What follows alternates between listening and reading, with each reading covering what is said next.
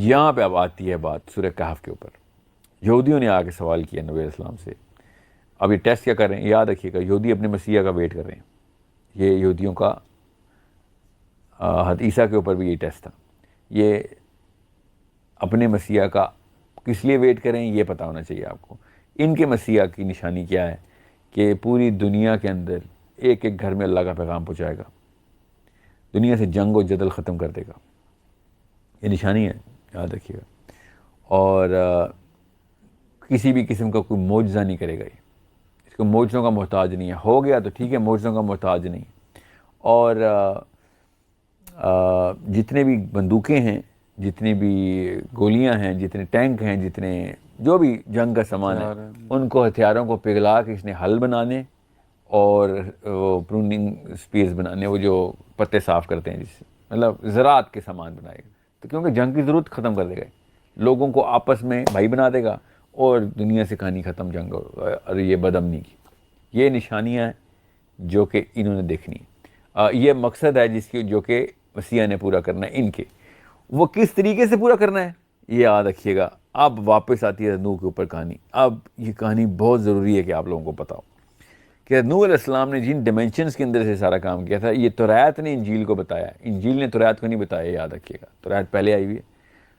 ابھی بھی جتنی بھی کہانیاں حضرت نوح علیہ السلام کی کرسچن سناتے ہیں وہ توریت سے لیتے ہیں، وہ انجیل میں خود نہیں ہے. یہ بس یہ غور سے سمجھنے والی بات ہے. جتنی بھی حضرت نوح علیہ السلام کی تمام تر معاملاتی زندگی ہے وہ انجیل اس سے آ رہی ہے.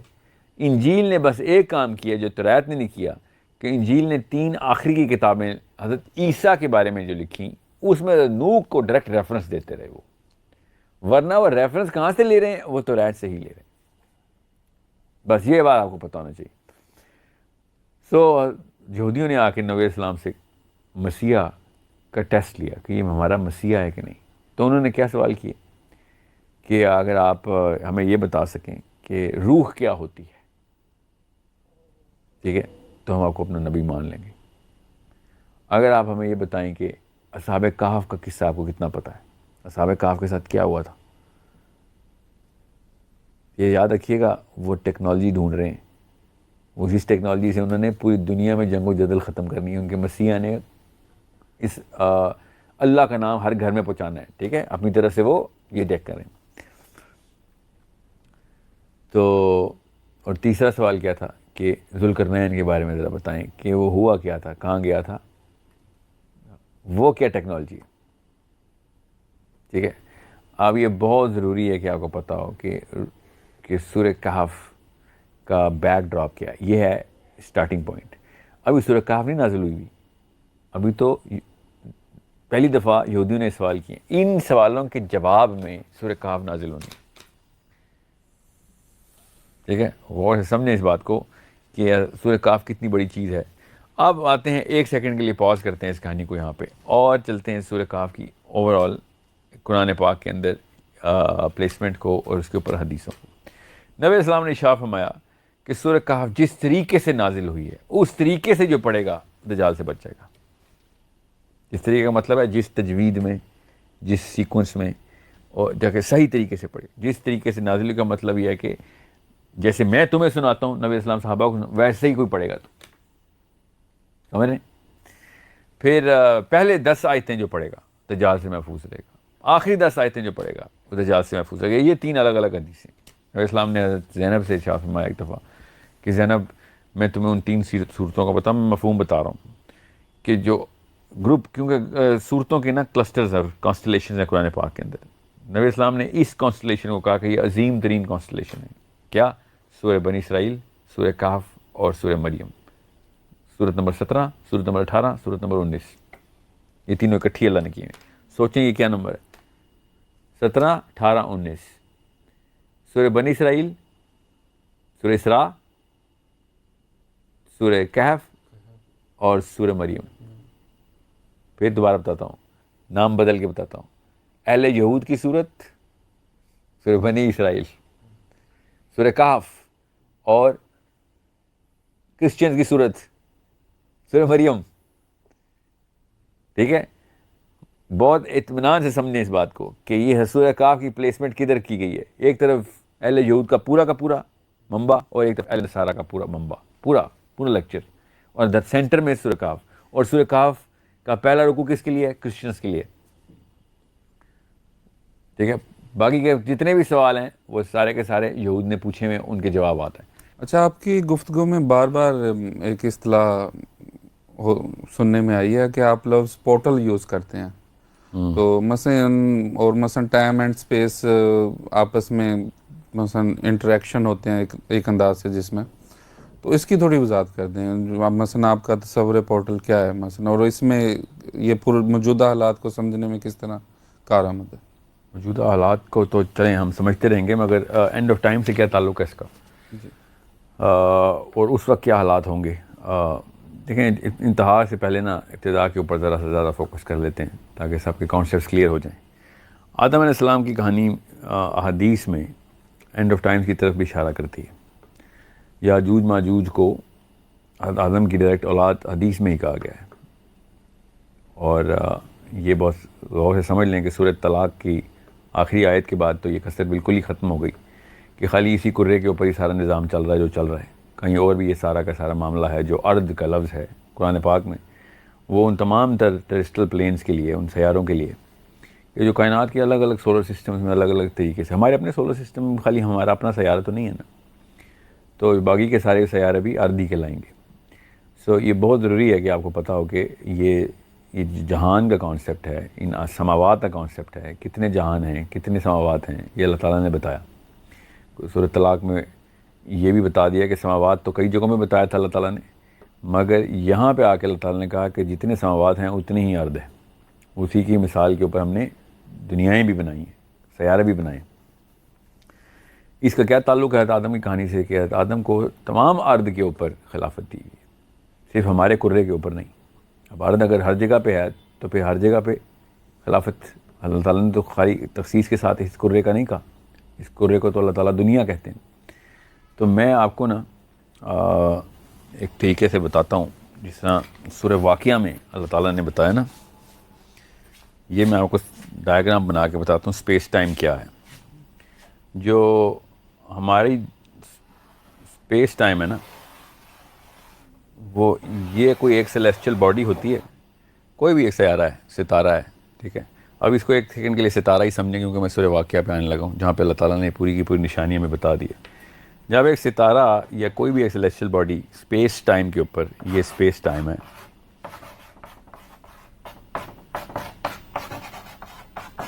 اس کے اوپر اپنا وزن ڈالتی ہے تو یہ جو کرویچر بنتا ہے نا، یہ کرویچر باقی کی تمام تر چیزوں کو اس کی طرف پل کرتا ہے. اس کو ہم گریوٹی بولتے ہیں. ٹھیک ہے، یہ بات اس کو آپ نے مد نظر رکھنا ہے. میں یہ 2 ڈائمینشنل پکچر بنا رہا ہوں، اصل میں تو یہ ملٹی ڈائمینشنل کرویچر ہوتا ہے. اب سمجھ لیں کہ یہ ستارہ جو ہے نا، سمجھ کے لیں، اب ہمیں سائنس نے بھی بتا دیا کہ جو ستارہ، اور قرآن پاک نے بھی بتایا ہے بالکل اسی طریقے سے پے در پے بتایا ستاروں کی کہ کیا حالات ہوتے ہیں. تو ستارہ جب اپنا ویٹ، اپنا میس بڑھانا شروع کر دیتا ہے اور اس کے اندر ایک خاص ایلیمنٹ جو ہے وہ اس کی جو ہے نا ڈینسٹی بڑھ جاتی ہے. اب میں اوور سمپلیفائی کر رہا ہوں، میں انگریزی ذرا کم استعمال کرنا چاہ رہا ہوں. تو جیسے ہی اس کا وزن اب بڑھنا شروع ہو جائے گا تو یہ اس کے کرویچر کو اور یہاں سے لے کے یہاں پہ لے آئے گا. ستارہ اب ادھر آ جائے گا. ٹھیک ہے، اور یہاں سے کرتے کرتے یہ ادھر جیسے اس کا ویٹ اور بڑھنا شروع ہوگا، اس کا میس ایکومولیٹ ہونا شروع ہوگا، اس کو ہم بلیک ہول بولتے ہیں. ٹھیک ہے، اب مسئلہ یہ ہے کہ بلیک ہول یہ نہیں ہے. سائنس جتنا مرضی ترقی کر لے، قرآن پاک نے اس کو کس طریقے سے بتایا، اس پہ غور کرنے کی ضرورت ہے ہم سب کو. یہ غور سے دیکھیں اب آپ کہ اللہ تعالیٰ نے سورہ واقعہ میں کہا نا، سورہ واقعہ میں 75 نمبر آیت میں، کہ میں قسم اٹھاتا ہوں ستاروں کے گرنے کی جگہوں کی. یہاں پہ ستارہ آ چکا ہے اب اپنا ویٹ میکسیمم گین کر کے. مسئلہ ہے سائنس یہاں پہ دیکھ سکتی ہے نا، اب یہاں پہ تو اتنی زیادہ میکسیمم پل ہوتی ہے اس کی گریوٹی کی کہ لائٹ بھی آگے نہیں جا سکتی. لائٹ بھی جتنی نکلتی ہے ستارے سے واپس کھینچ لی جاتی ہے، اتنی زیادہ کھینچ ہے اس کی، کشش ہے اس کی. یہاں پہ ہمیں نظر آتا ہے وہ بلیک ہول جو کہ ہمیں تصویروں میں نظر آ رہا ہے. یہ ہے وہ بلیک ہول. اب اللہ تعالیٰ نے تو کہیں نہیں کہا کہ ستارے کے ختم ہونے کی اللہ تعالیٰ نے کہا ہے ستاروں کی گرنے کی جگہ. اور سمجھیں اس بات کو, اللہ تعالیٰ یہاں پہ بڑے آسانی سے کہہ سکتے تھے کہ ستارہ جہاں پہ بھسم ہو جاتا ہے, یا ستارہ اپنی جو مٹیریل ہے وہ بالکل ڈسپرس ہو جاتا ہے اس کا. ایسا کسی بھی قسم کا قرآن پاک بالکل پوری طریقے سے آ رہی ہے. ہم جہاں سے بھی دیکھیں گے ہمیں یہی نظر آئے گا, یہ اللہ حصہ تو, یہ ستارہ تو نظر آ ہی نہیں رہا. ستارہ تو اصل میں اپنی حیثیت میں موجود ہے, مگر ہمیں نہیں نظر آ سکتا. جدھر سے بھی دیکھیں گے آپ, جس مرضی اینگل سے دیکھیں گے, کیونکہ یہ بھی تو خیر 2 ڈائمینشنل پکچر ہے نا, اس کو آپ ملٹی ڈائمینشنل بھی دیکھیں گے تو ستارہ کہیں چلا گیا ہے, یہ پورا کا پورا اس نے یہ کرو بنا دیا ہوا ہے. اور اگر یہ کرو نہ بناتا, فار ایگزامپل یہ ستارہ ختم ہو جاتا, یہاں سے ختم ہو گیا, تباہ ہو گیا, ریزہ ہو گیا, تو اسپیس ٹائم کا کرویچر واپس آ جائے گا. اصل میں تو ایسے نہیں آ رہا, کیونکہ یہ بلیک ہول ہمیں بتا رہا ہے کہ ستارہ اپنی پوری کی پوری ویٹ کے ساتھ موجود ہے ادھر. اب اور سمجھیں, اس کا مطلب ہے کہ کوئی سوراخ نہیں ہوا, بینڈ ہوا ہے کچھ, یہ اسپیس ٹائم اتنا میکسیمم بینڈ ہو گیا. اب یہاں پہ جتنے بھی, یہ سورۃ طلاق کی تفسیر غور سے سمجھیں, یہ جتنے بھی ریلمز کراس کر رہا ہے, یہ سورہ ملک بتا رہی ہے ہمیں کہ یہ تمام تر سماوات کو کراس کرتا ہوا نیچے تک جا رہا ہے. کہاں پہ جا رہا ہے ہمیں بھی نہیں پتا. یہ اللہ تعالیٰ نے بتایا کہ اگر تم جان لو, 76 نمبر آیت میں, کہ میں جو یہ قسم اٹھا رہا ہوں یہ کتنی بڑی قسم ہے. سمجھ رہے ہیں کہ فلا اقسم بمواقع النجوم, کہ یہ وہ جگہ ہیں جہاں پہ نجوم جہاں پہ گر رہے ہیں. میں قسم اٹھاتا ہوں ان جگہوں کو جہاں ستارے گر جاتے ہیں. یہ وہ ہمارا والا آسمان ہے, یہ ہمارا جہان ہے, یہ دوسرا ہے, یہ تیسرا ہے, یہ چوتھا ہے, اور پتہ نہیں کدھر تک جائے گا یہ.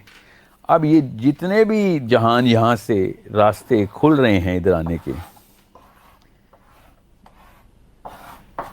یہ اس ستارے نے یہ پورا کا پورا ڈور وے اوپن کر دیا ہوا ہے. سمجھ رہے ہیں؟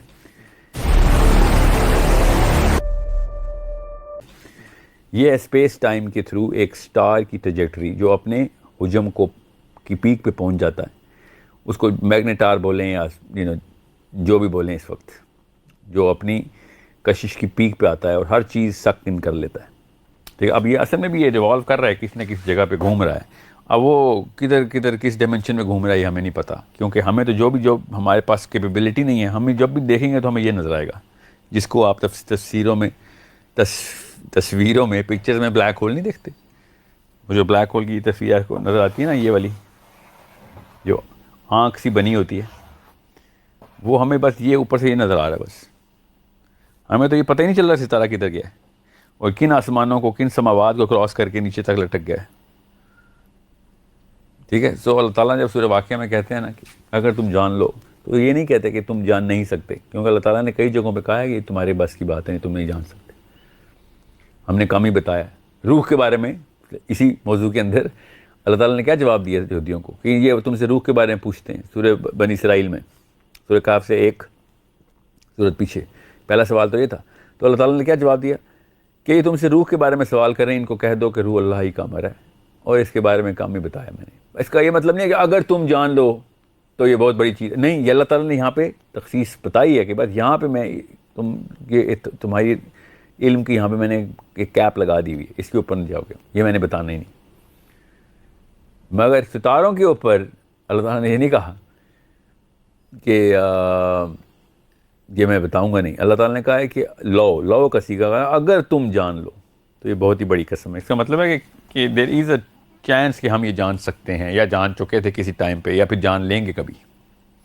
اور اسی طریقے سے سورہ قرآن میں ایک اور کئی جگہوں کے اوپر اللہ تعالیٰ نے یہ الاؤنس کا ہنٹ دیا ہوا ہے.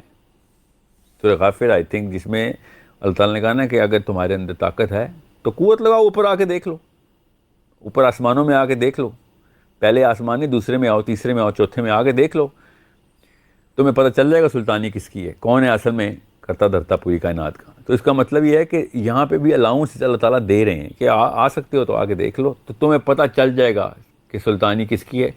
کہ آ سکیں گے ہم, کہ کوئی ایسی ٹیکنالوجی ہوگی انسانوں کے پاس, یا کسی دور میں رہی ہے یا آئے گی, کہ جس میں ہم یہ والے آسمان کو کراس کرنے کی کیپیبلٹی شاید رکھ سکیں. اب یہی میں آپ سے کہہ رہا ہوں کہ ایک ٹائم پہ رہی ہے, اور وہ سائنس اور فزکس کے لاز کے تھرو نہیں رہی, مگر وہ رہی ہے. وہ جس بھی ٹیکنالوجی کے تھرو یہ پورا کا پورا سسٹم اسٹیبلش کیا گیا ہے, ڈسکور کیا جائے گا, وہ پہلے حضرت نوح کے ٹائم پہ, حضرت ادریس کے ٹائم پہ, ذوالقرنین کے ٹائم پہ, اور پھر کیا پتہ دجال کے ٹائم پہ, کیونکہ لگ تو ایسے ہی رہا ہے. اب اس کے تھرو میں آسان کر کے آپ کو بتا دوں, معراج کی جو حدیث ہے نا, اس میں پہلے آسمان کے اوپر آدم علیہ السلام کی ملاقات ہونا, دوسرے آسمان کے اوپر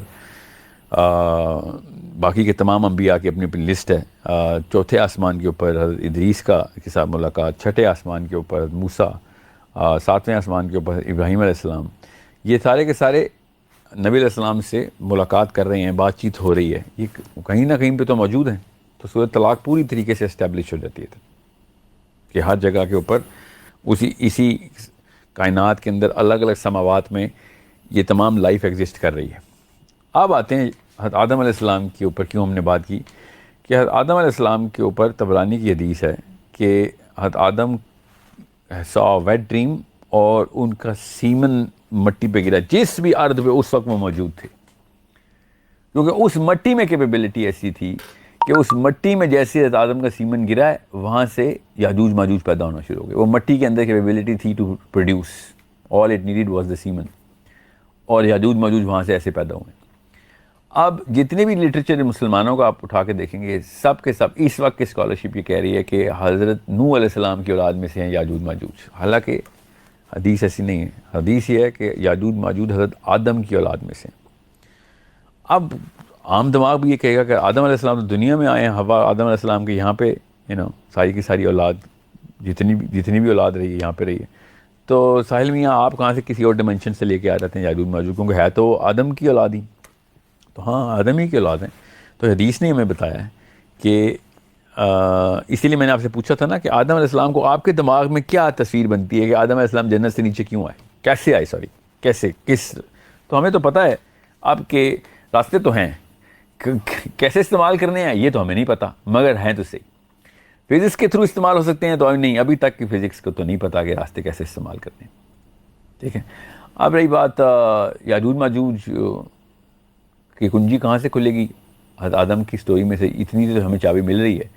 دوسری چابی سورہ کہف کے اندر ذوالقرنین کی کہانی سے مل جاتی ہے, کیونکہ وہ یاجوج ماجوج سے ملنے کے لیے ایک خاص طریقے سے اس دنیا کو چھوڑ کے کسی اور ڈیمنشن کے تھرو, اسی دنیا کے اندر سے کسی اور ڈیمنشن کے تھرو 2-3 قوموں سے ملاقات ہوئی اس کی.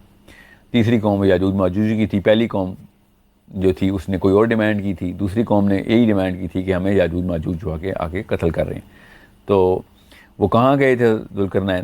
علی بن ابی طالب کی حدیث تبری میں ہی ہے کہ ذوالقرنین جو تھے وہ ادریس علیہ السلام کے ٹائم کے اوپر یہ واقعہ ہوا ہے. اور ادریس علیہ السلام کا ذکر قرآن پاک میں کہاں پہ, سورہ مریم میں. سورہ مریم سورہ کہف کے بعد ہے. اور ادریس علیہ السلام کا کیا ذکر ہوا ہے, غور سے سنیں کہ اللہ تعالیٰ نے ان کو اوپر کے ایک مکان میں اٹھا لیا, ورفعنا مکانا علیہ, کہ اللہ تعالیٰ نے ادریس علیہ السلام کو اپنے اوپر کسی ایک مکان میں ٹھہرا لیا.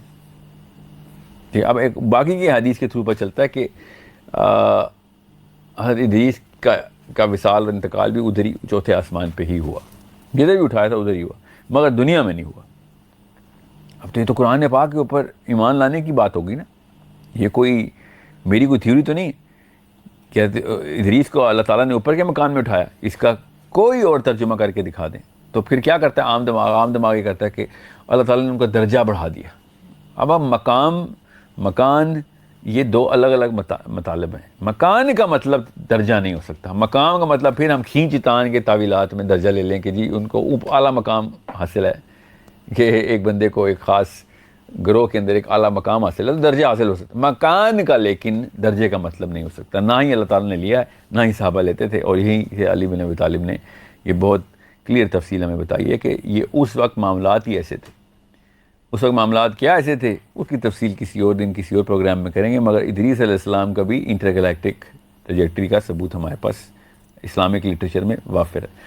انجیل تو بھری پڑی ہے انجیل نے تو کتاب اوور کتاب لکھی ہے ادریس علیہ السلام کے اوپر کہ وہ کیسے آسمانوں کا سفر کرتے اور کیا کیا واقعات ہوتے اور کیا کیا کام تھے ان کو ان آسمانوں میں. انجیل نے تو وہ تفصیل لکھی ہے. میں مگر انجیل کی تفصیل اس لیے نہیں کہہ رہا کیونکہ اس کا یہ ہمارے اس پروگرام کے موضوع سے اتنا ڈائریکٹ تعلق نہیں, مگر یہ تعلق تو ہے. اور علی بن ابی طالب نے انجیل میں تھوڑی کہا ہے, یہ تو ہماری حدیث میں ہے نا کہ علی بن ابی طالب نے کہا کہ ذوالقرنین کا یہ جو واقعہ ادریس علیہ السلام کے ٹائم کا ہے.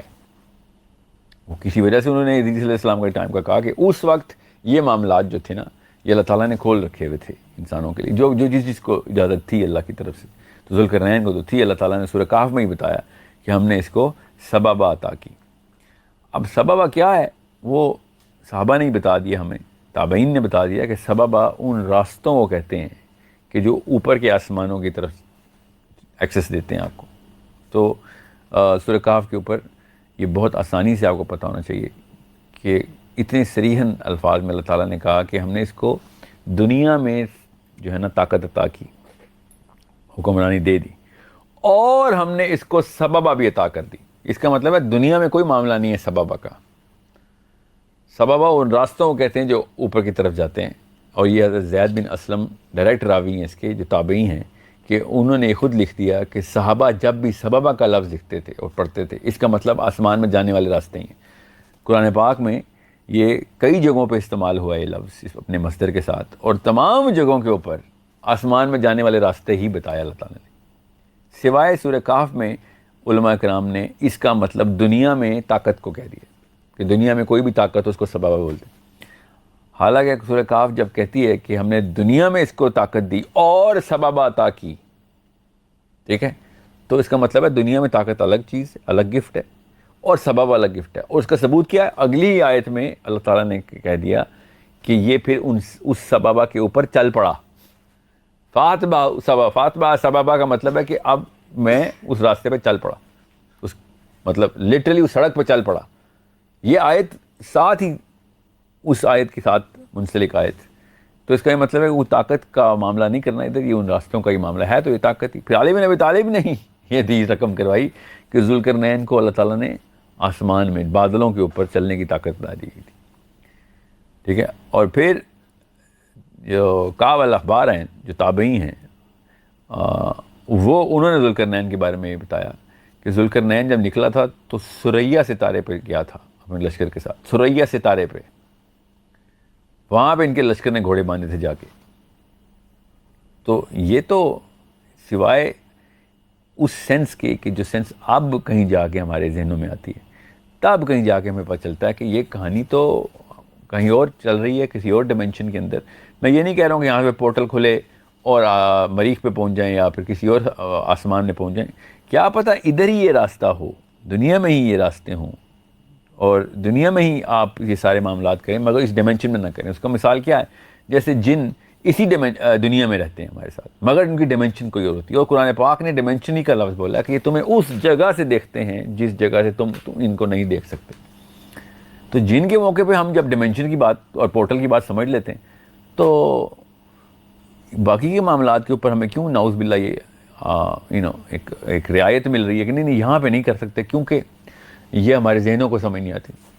عبداللہ بن مسعود نبی علیہ السلام کے ساتھ ایک دفعہ سفر پہ تھے, تو عبداللہ بن مسعود کہتے ہیں میں نے دیکھا کہ نبی علیہ السلام کے سامنے ایک جماعت آ کے رکی ہے, کالے ملبوسات میں, دراز قد لوگ, اور نبی علیہ السلام نے پھر صحرا کی ریت میں ایک لکیر کھینچ دی.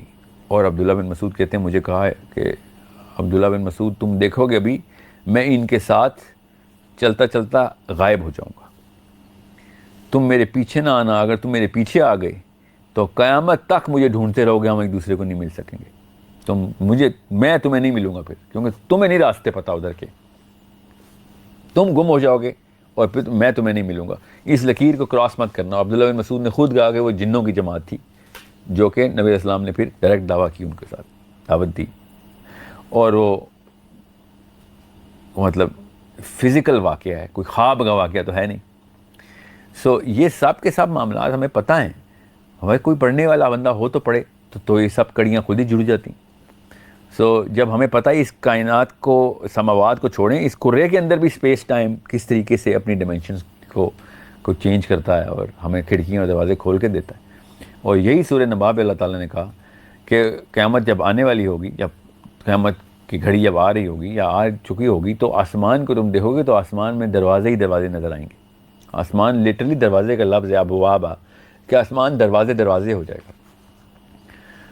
تو اس وقت یہ سارے معاملات کھل جائیں گے. اب میں آپ کو بتا رہا ہوں کیوں قیامت سے پہلے میں دروازے کھولا، کیونکہ حدیث بڑی کلیئر ہے کہ جب ایک دروازہ کھلے گا نا، کوئی سا ایک، اور وہ کون سا دروازہ ہم کریں گے بعد اس پہ، کیونکہ دجال اور عیسیٰ نے کہیں نہ کہیں سے تو آنا ہے.